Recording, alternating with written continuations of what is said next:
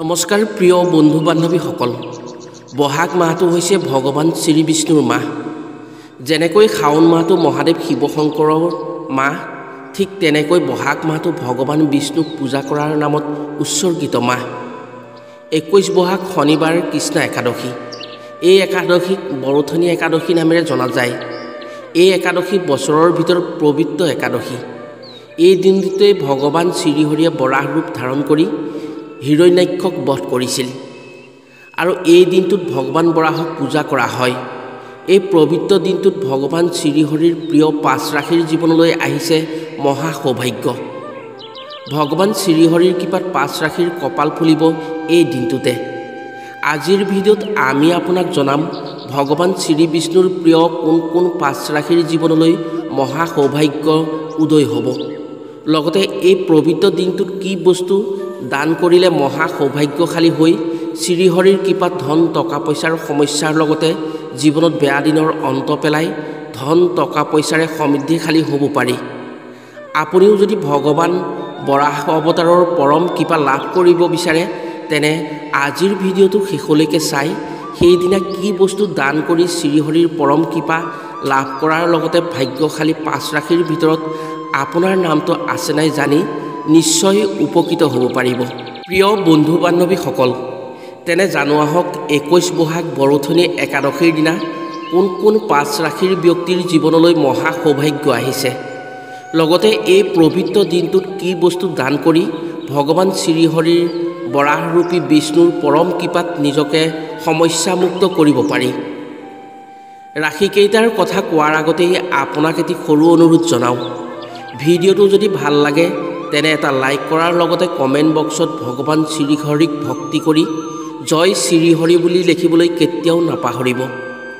আৰু যদি আমাৰ চেনেললৈ প্ৰথম আহিছে তেনে চেনেলটো ছাবস্ক্ৰাইব কৰাৰ লগতে অন্য 10জনে উপকৃত হোৱাকৈ ভিডিঅ'টো শ্বেয়াৰ কৰিবলৈ অনুৰোধ জনালোঁ। ভগৱান শ্ৰীহৰিয়ে তিলোকক ৰক্ষা কৰিবলৈ বিভিন্ন সময়ত বিভিন্ন অৱতাৰ ধৰি জগতক উদ্ধাৰ কৰি আহিছে। মৎস্যৰূপে মহাপৰাক্ৰমী অসুৰ হয়গ্ৰীৱক বধ কৰি 4 বেদ উদ্ধাৰ কৰিছিল। কুৰ্ম অৱতাৰত মন্দৰগিৰি পৰ্বত ধাৰণ কৰি দেৱদৈত্যৰ সমুদ্ৰ মন্থনত সহায় কৰিছিল। নৰসিংহৰূপে মহাপৰাক্ৰমী দৈত্য হিৰণ্যকশিপুৰক বধ কৰি ভক্ত প্ৰহ্লাদক ৰক্ষা কৰিছিল। বৰাহ ৰূপেৰে হিৰণ্যাক্ষক বধ কৰি পৃথিৱীক উদ্ধাৰ কৰে। ব্ৰাহ্মণ অৱতাৰ ধৰি দৈত্যৰাজ বলিৰ পৰা 3 পদ ভূমি দান লৈ বলিক পাতাললৈ পঠায়। পশুৰাম ৰূপে ক্ষত্ৰিয়সকলক বিনাশ কৰি ধৰাত শান্তি প্ৰতিষ্ঠা কৰে। শ্ৰীৰাম ৰূপে পিতৃসত্য পালন কৰি 14 বছৰ বনবাস খাটি মহাপৰাক্ৰমী ৰাক্ষস নৃপতি ৰাৱণক বধ কৰে। শ্ৰীকৃষ্ণ ৰূপে বসুদেৱ দৈৱকীৰ গৃহত জন্মগ্ৰহণ কৰি ভক্তৰ মনোবাঞ্ছা পূৰণৰ বাবে ৰাসলীলা কৰি মহা অত্যাচাৰী কংসক বধ কৰি ধৰাত শান্তি প্ৰতিষ্ঠা কৰে। বছৰৰ প্ৰথম বহাগ মাহটো ভগৱান শ্ৰী বিষ্ণুৰ পূজাৰ নামত উৎসৰ্গিত মাহ। সেয়েহে বহাগৰ প্ৰতিটো দিনৰ পবিত্ৰতা অপাৰ। বহাগ মাহৰ কৃষ্ণা একাদশীৰ দিনা ভগৱান শ্ৰী বিষ্ণুৰ বৰাহ অৱতাৰক পূজা কৰা হয়। এই পবিত্ৰ দিনটোতেই ভগৱান শ্ৰীহৰিৰ প্ৰিয় 5 ৰাশিৰ জীৱনলৈ মহা সৌভাগ্য আহিছে। সেই 5 ৰাশিয়ে ভগৱান শ্ৰী বিষ্ণুৰ বৰাহৰূপী বিষ্ণুৰ পৰম কৃপা পাবলৈ সক্ষম হৈছে আৰু ভগৱান শ্ৰীহৰিৰ কৃপাত ভাগ্যৰ দুৱাৰ মুকলি হৈছে। 21 বহাগ শনিবাৰে ভগৱান বৰাহৰূপী বিষ্ণুৰ পৰম কৃপাত ভাগ্য মুকলি হোৱা প্ৰথম ৰাশিটোৱেই হৈছে মেঘ ৰাশি। যি ব্যক্তিৰ নামৰ প্ৰথম আখৰটো অ আৰু লৰে আৰম্ভ হয় তেওঁলোক মেঘ ৰাশি হয়। 21 বহাগ একাদশীৰ দিনাৰ পৰাই ভগৱান শ্ৰীহৰিৰ পৰম কৃপা পাবলৈ আপোনাৰ ৰাশিয়ে সক্ষম হৈছে।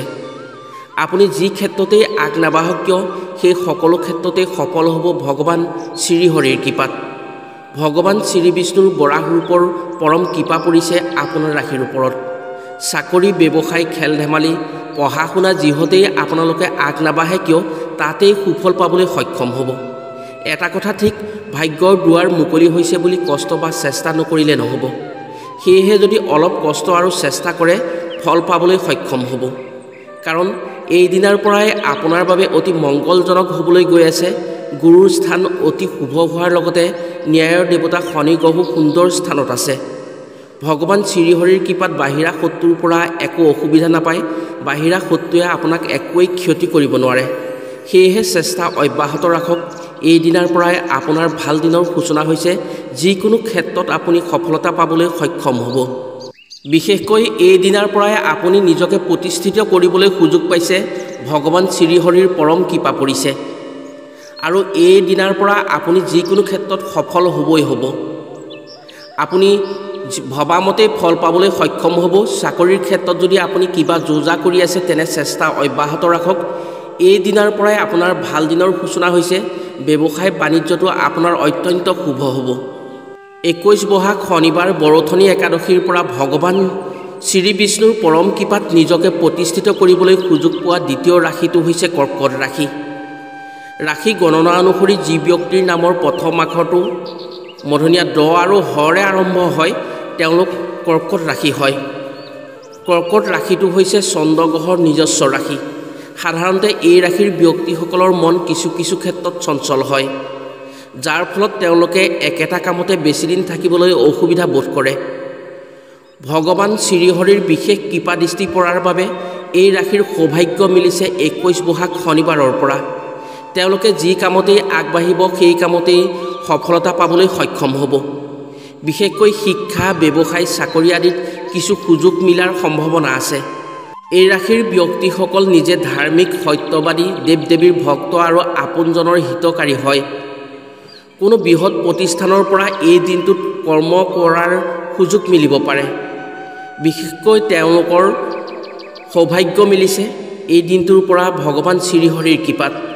তেওঁলোকে আগত যিবোৰ কামৰ প্ৰতি ধাউতি দি আছিল বা চেষ্টা কৰি আছিল, সফল হোৱা নাছিল, সেই কামবোৰত সফলতা পাবলৈ সক্ষম হ'ব। ভগৱান শ্ৰীহৰিৰ পৰম কৃপা পৰিছে তেওঁলোকৰ ওপৰত।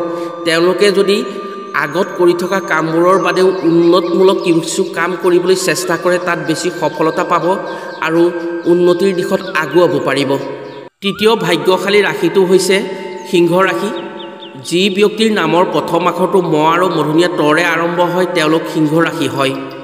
এই ৰাশিৰ ওপৰত 21 বহাগৰ পৰা ভগৱান শ্ৰীহৰিৰ পৰম কৃপা পৰিছে। ভগৱান শ্ৰীহৰিৰ কৃপাত তেওঁলোকে কোনো বিপদত পৰিব নোৱাৰে। তেওঁলোকে নিষ্ঠা সহকাৰে যি কাম কৰিব, যিকোনো কামত তেওঁলোকে সফলতা পাবলৈ নিশ্চিত হ'ব। আৰ্থিক দিশত কষ্ট নাপায়। শনিৰ স্থান শুভ হোৱাৰ বাবে কোনো বাহিৰা শত্ৰুৱে চঞ্চল কৰিব নোৱাৰে তেওঁলোকক। ব্যৱসায়ত লাভৱান হোৱাৰ উপৰিও চাকৰি বা ৰাজভোগৰ সুবিধা আহিছে। যদি চেষ্টা কৰে চাকৰিৰ ক্ষেত্ৰত সফল হোৱাটো নিশ্চিত হ'ব। ভগৱান শ্ৰীহৰিৰ কৃপাত তেওঁলোকৰ মনলৈ দৃঢ়তা আহিব। ফলত যিকোনো ক্ষেত্ৰতেই আগবাঢ়িবলৈ মনোবল পোৱাৰ উপৰিও পৰিয়ালৰ ফালৰ পৰা পূৰ্ণ সঁহাৰি পাব। লগতে উচ্চ প্ৰতিষ্ঠান বা সামাজিকভাৱে স্বীকৃতি পাবলৈ সক্ষম হ'ব। ভগৱান শ্ৰীহৰিৰ কৃপাত তেওঁলোকে খুব কম কষ্টতে বেছি ধন পোৱাৰ সুযোগ মিলিছে। লটাৰীত আকস্মিকভাৱে বহুত ধন পাবলৈ সক্ষম হ'ব পাৰে। বিদ্যাৰ্থীসকলে উচ্চ শিক্ষা লাভ কৰি সুনাম আনিবলৈ সক্ষম হ'ব। লগতে ভ্ৰমণৰ যোগ আছে। বিদেশ ভ্ৰমণৰ সুবিধা আহিব পাৰে।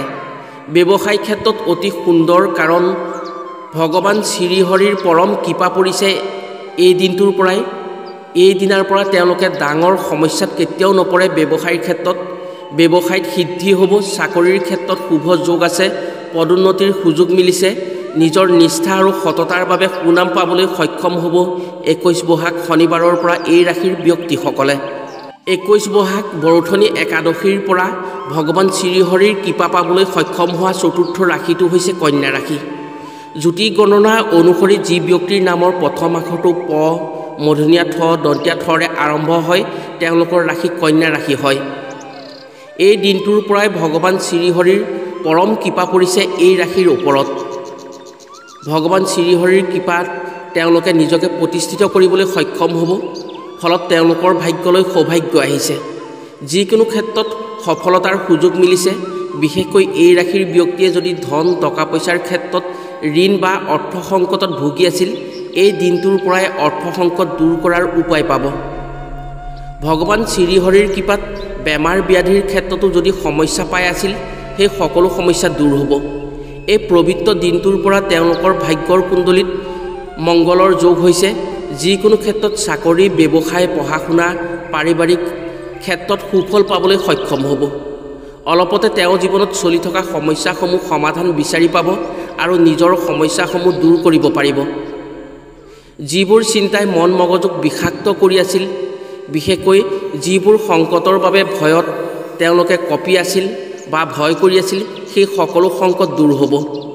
ভগৱান শ্ৰীহৰিৰ পৰম কৃপাৰ ফলত শত্ৰুৰ সমস্যাৰ কোনো নাথাকিব। তেওঁলোকে শত্ৰুক বশ কৰিব পাৰিব। শত্ৰুৱে তেওঁলোকৰ লগত শত্ৰুতা কৰিবলৈ এৰি মিত্ৰতাৰ দৰে আচৰণ কৰিবলৈহে ল'ব। আপুনি যদি কন্যা ৰাশিৰ ব্যক্তি, তেনে আপুনি ধৰি ল'ব পাৰে আপোনাৰ ভাল দিনৰ সূচনা হৈছে 21 বহাগ শনিবাৰৰ পৰা। 21 বহাগৰ পৰা ভগৱান শ্ৰীহৰিৰ পৰম কৃপা পাবলৈ সক্ষম হোৱা পঞ্চম ৰাশিটো হৈছে মীন ৰাশি। যি ব্যক্তিৰ নামৰ প্ৰথম আখৰটো দন্তীয়া ড আৰু প্ৰথম স্বৰে আৰম্ভ হয়, তেওঁলোক মীন ৰাশি হয়। সাধাৰণতে এই ৰাশিৰ ব্যক্তিসকল অতি পৰিশ্ৰমী হয়। নিজৰ পৰিশ্ৰমৰ ফলত আগন্তুক এই পবিত্ৰ দিনটোৰ পৰা তেওঁলোকে বেছি উন্নতি কৰিবলৈ সক্ষম হ'ব। নিজৰ ধৈৰ্য ঠিকে থাকিলে ব্যৱসায় বাণিজ্যৰ ক্ষেত্ৰত অধিক লাভৱান হ'ব।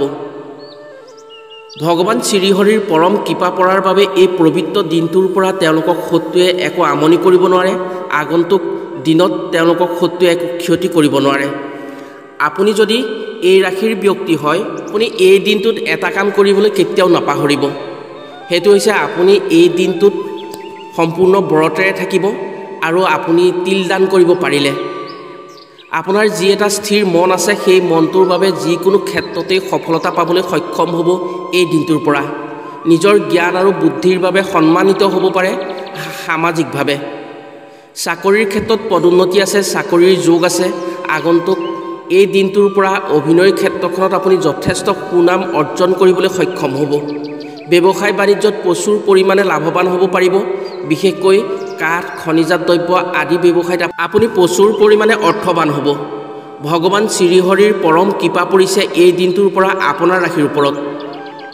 আপুনি যিবোৰ কাম পিছলৈ থৈ দিছে, সেই কামবোৰ যদি এই দিনাৰ পৰা কৰিবলৈ লয়, আপুনি সেই কামবোৰতো সফলতা পাব।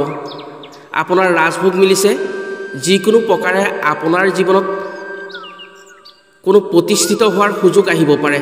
প্ৰিয় বন্ধু বান্ধৱীসকল, এই পবিত্ৰ একাদশীৰ দিনা যদি আপুনিও ভগৱান শ্ৰীহৰিৰ বৰাহ অৱতাৰৰ কৃপাত নিজকে সৌভাগ্যৱান কৰিব খোজে, তেনে এই দিনটোত সম্পূৰ্ণ নিয়ম বিধিৰে ব্ৰত কৰি কোনো লোকক তিল দান কৰক। তেনে আপোনাৰ সৌভাগ্যৰ দুৱাৰ মুকলি হ'ব আৰু আপুনি ভবামতেই আগুৱাব পাৰিব। আজিলৈ ভিডিঅ'টো ইমানতে সামৰিছোঁ। পুনৰ অন্য এটি ভিডিঅ'ৰ জৰিয়তে লগ পোৱাৰ প্ৰতিশ্ৰুতিৰে আজিলৈ আহোঁ। সকলো ভালে থাকক, সুস্থ থাকক। ধন্যবাদ।